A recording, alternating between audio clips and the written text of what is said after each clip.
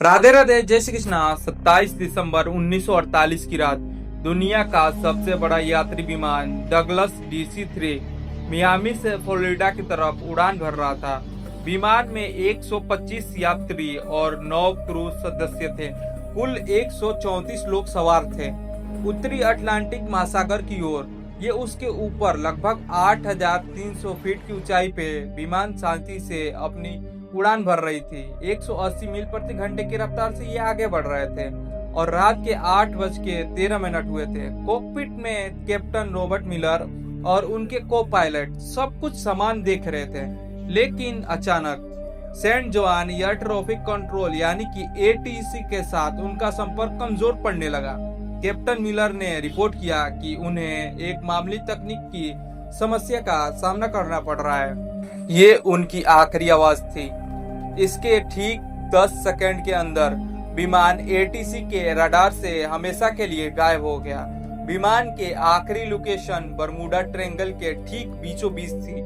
उस रात जो हुआ वो किसी तकनीकी खराबी से कई ज्यादा भयानक था।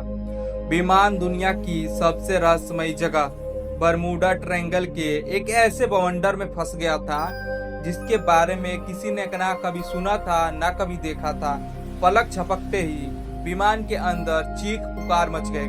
कैप्टन मिलर ने अपनी पूरी ताकत से प्लेन को संभालने की कोशिश की, लेकिन तब तक बहुत देर हो चुका था। तूफान ने पूरे विमान को अपने चपेट में ले लिया था और उसे किसी खिलौने की तरह घुमा रहा था। प्लेन के सारे इलेक्ट्रॉनिक उपकरण, कंपास, रेडार सब कुछ ठप पड़ चुका था।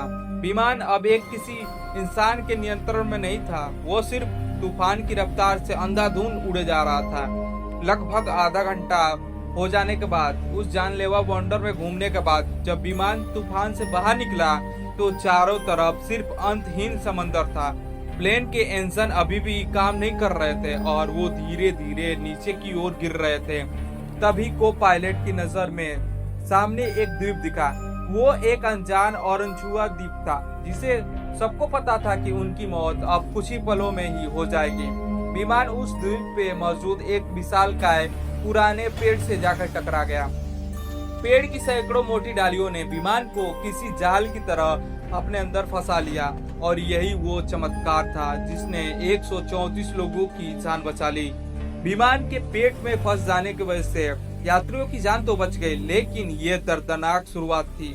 विमान के अंदर से कराहने और रोने की आवाजें आ रही थी। कैप्टन रॉबर्ट मिलर, जिनका सिर एक पैनल से जाकर टकरा गया था, वो होश में आते ही हरकत में आए। उन्होंने तुरंत लोगों को शांत कराया। विमान में सवार एक retire army doctor Evelyn dream ने बिना समय गवाए घायलों की देखभाल चालू कर दिए थे। कुल 10 लोग गंभीर रूप से घायल थे। किसी का तो हाथ टूटा था तो किसी का पैर, तो 2 लोगों की तो सिर पे गहरी चोटें आई थी। बाकी सब लोग सदमे में थे लेकिन सुरक्षित थे। जब सब धीरे धीरे विमान से नीचे उतरे तो उन्हें महसूस हुआ कि वो कहाँ आ फंसे हैं। ये एक ऐसा द्वीप था जो किसी नक्शे पे मौजूद ही नहीं था। चारों तरफ घना जंगल, अजीबोगरीब पेड़ पौधे और एक अनजानी खामोशी। सबसे पहले और सबसे बड़ी चुनौती थी पानी। हर कोई प्यासा था, लेकिन पूरे द्वीप पे दूर दूर तक किसी नदी, झरने या फिर साफ पानी का कोई स्रोत नहीं था। उनकी एकमात्र उम्मीद अब सिर्फ ये थी कि बारिश हो, उसकी पानी मिले।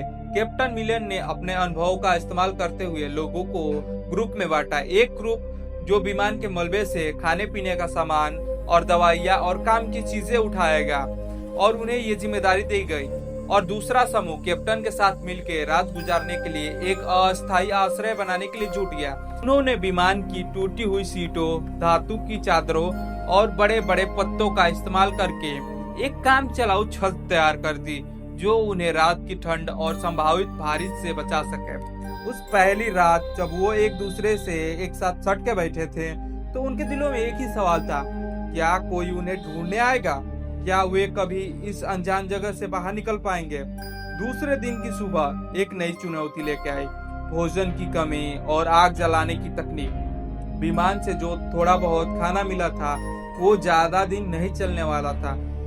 उन्हें द्वीप पे ही भोजन खोजना था, लेकिन कौन सा फल जहरीला है और कौन से खाने लायक ये जानने का कोई तरीका नहीं था। इसी कोशिश में एक अधेड़ उम्र की व्यक्ति ने एक अनजान फल को खा लिया और कुछ ही घंटों में उनकी तड़प तड़प के मौत हो गई। ये द्वीप पे हुई पहली मौत थी जिसने सबको अंदर तक डरा दिया।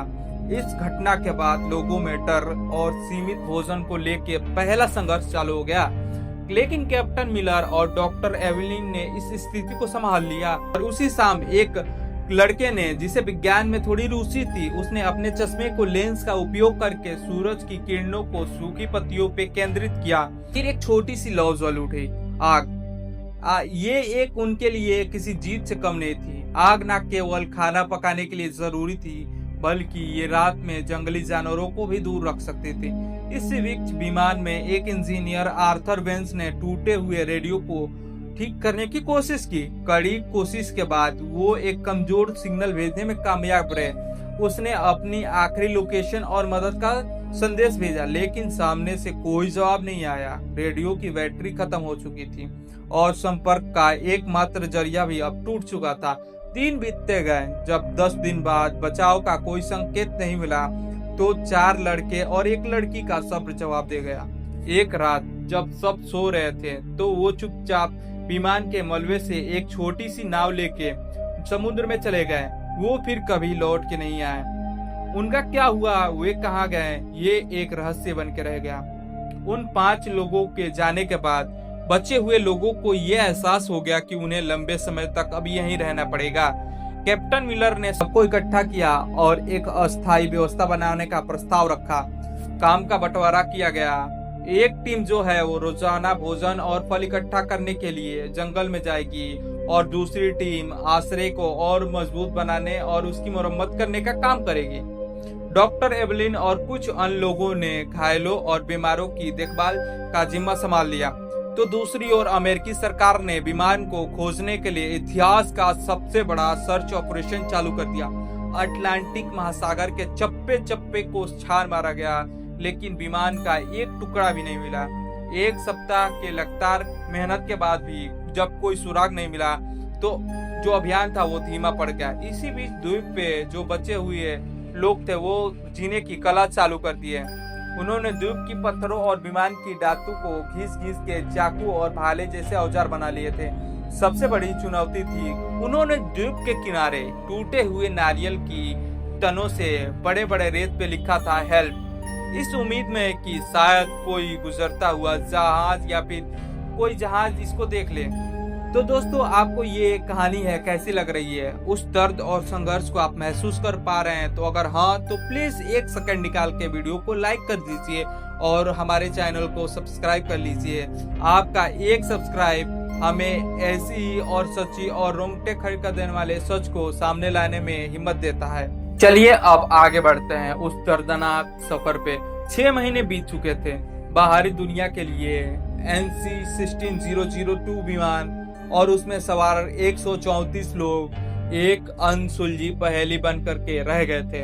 $45 मिलियन खर्च करने के बाद अमेरिकी सरकार ने आधिकारिक तौर पे सर्च ऑपरेशन को बिल्कुल ठप कर दिया और सभी को लापता घोषित कर दिया।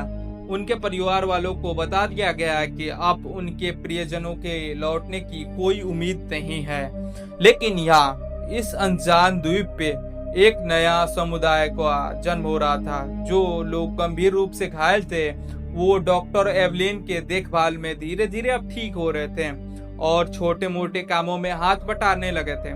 लेकिन इस दौरान बीमारी और निराशा के कारण कुछ और लोगों की भी मौत हो गई थी। बचने का कोई रास्ता ना देख के कई लोग मानसिक रूप से टूट गए थे और उन्होंने दम तोड़ दिया। अब द्वीप पे केवल 114 लोग बचे थे।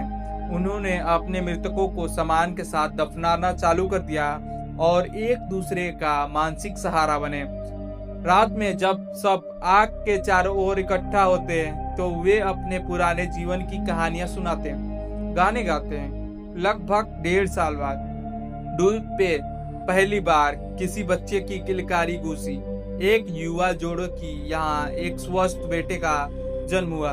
उस बच्चे का जन्म द्वीप पे मौजूद हर इंसान के लिए एक नई उम्मीद लेके आया था। 2 साल बीत गए। इस दौरान उन्होंने द्वीप पे जीना सीख लिया था। उन्होंने छोटी मोटी खेती चालू कर दी थी